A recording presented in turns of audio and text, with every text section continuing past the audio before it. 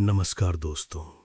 आप सुन रहे हैं एक ऐसी कहानी जो किसी कल्पना पर नहीं बल्कि उन सच्चाइयों पर आधारित है जिनके बारे में स्टेशन की दीवारें आज भी चुप हैं।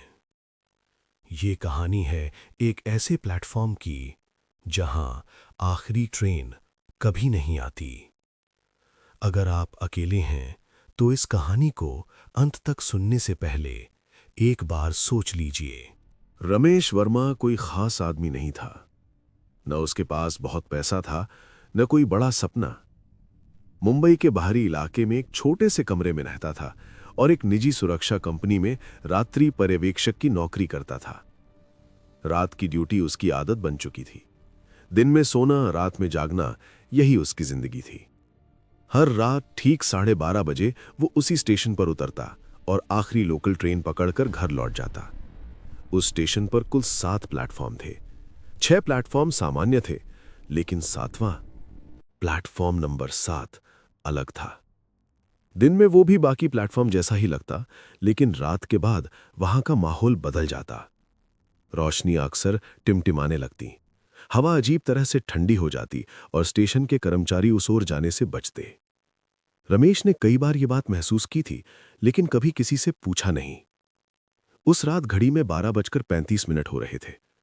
आखिरी ट्रेन को आने में अभी कुछ समय था। रमेश हमेशा की तरह प्लेटफॉर्म नंबर 7 पर जाकर खड़ा हो गया। वहां एक लड़की बैठी थी, सफेद सलवार कमीज, खुले हुए बाल और सिर झुकाए हुए।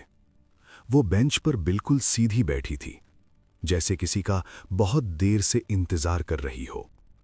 रमेश ने एक पल को देखा, फिर नजर हटा ली। रात के स्टेशन पर लोग कम ही होते हैं, इसलिए उसे कुछ अजीब नहीं लगा। लेकिन 5 मिनट बीत गए, लड़की हिली तक नहीं। न उसने फोन निकाला, न इधर उधर देखा। रमेश को बेचैनी होने लगी। उसने चारों ओर नजर दौड़ाई। पूरा प्लेटफॉर्म खाली था, सिर्फ वो और वो लड़की।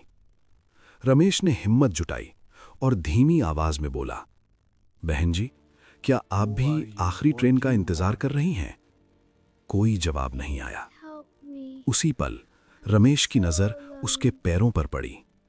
उसके पैर जमीन को छू ही नहीं रहे थे। रमेश की सांस अटक गई, उसका शरीर सुन्न पड़ गया। तभी स्टेशन पर घोषणा हुई, अंतिम लोकल ट्रेन 2 मिनट में आएगी। घोषणा के साथ ही प्लेटफॉर्म की सारी लाइटें अचानक बंद हो गईं। चारों तरफ घना अंधकार छा गया, इतना गहरा अंधकार कि रमेश को अपना हाथ तक दिखाई नहीं दे रहा था। उस अंधेरे में एक ठंडी धीमी आवाज गूंजी, आप भी मुझे छोड़कर चले जाएंगे? रमेश चाहकर भी बोल नहीं पाया, उसका गला सूख चुका था। अचानक लाइटें फिर से जल उठीं। बेंच खाली थी, लड़की वहां नहीं थी। उसी क्षण ट्रेन आ गई। रमेश लगभग दौड़ता हुआ ट्रेन में चढ़ गया। डिब्बे में एक बूढ़ा आदमी खड़ा था, सफेद बाल, झुकी। बूढ़े ने बताया, 5 साल पहले एक लड़की रोज इसी प्लेटफॉर्म पर आखिरी ट्रेन का इंतजार किया करती थी। उसका मंगेतर उसी ट्रेन से आने वाला था। एक रात ट्रेन देर से आई। अंधेरे में किसी ने मजाक में कह दिया, ट्रेन आ गई है। लड़की ने बिना देखे पटरी पर कदम रख दिया। ट्रेन कभी आई ही नहीं। उस रात के बाद से वो लड़की हर रात किसी का इंतजार करती है। घर पहुंचकर भी रमेश सो नहीं पाया। रात ठीक 3:17 पर उसके फोन पर एक संदेश आया, मैं अब भी प्रतीक्षा कर रही हूं। नंबर अज्ञात था। उस रात के बाद रमेश को हर दिन वही सपना आने लगा, अंधेरा प्लेटफॉर्म, वो लड़की और एक ही सवाल, क्या ट्रेन आएगी? आखिरकार रमेश ने स्टेशन मास्टर से पूछा। उत्तर मिला, रात 1 बजे के बाद प्लेटफॉर्म नंबर 7 पर कोई ट्रेन नहीं रुकती। अगली रात रमेश फिर वहां गया।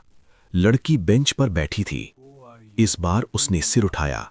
उसने पूछा, क्या ट्रेन आएगी? रमेश ने सच कहा, नहीं। लड़की की आंखों से आंसू गिरे। पूरे प्लेटफॉर्म में एक चीख गूंजी। अगली सुबह प्लेटफॉर्म नंबर 7 पर एक शव मिला, सुरक्षा गार्ड की वर्दी में। नाम था रमेश वर्मा। कहते हैं आज भी आधी रात के बाद प्लेटफॉर्म नंबर 7 पर 2 लोग बैठे रहते हैं, एक लड़की और एक आदमी, आखिरी ट्रेन की प्रतीक्षा में।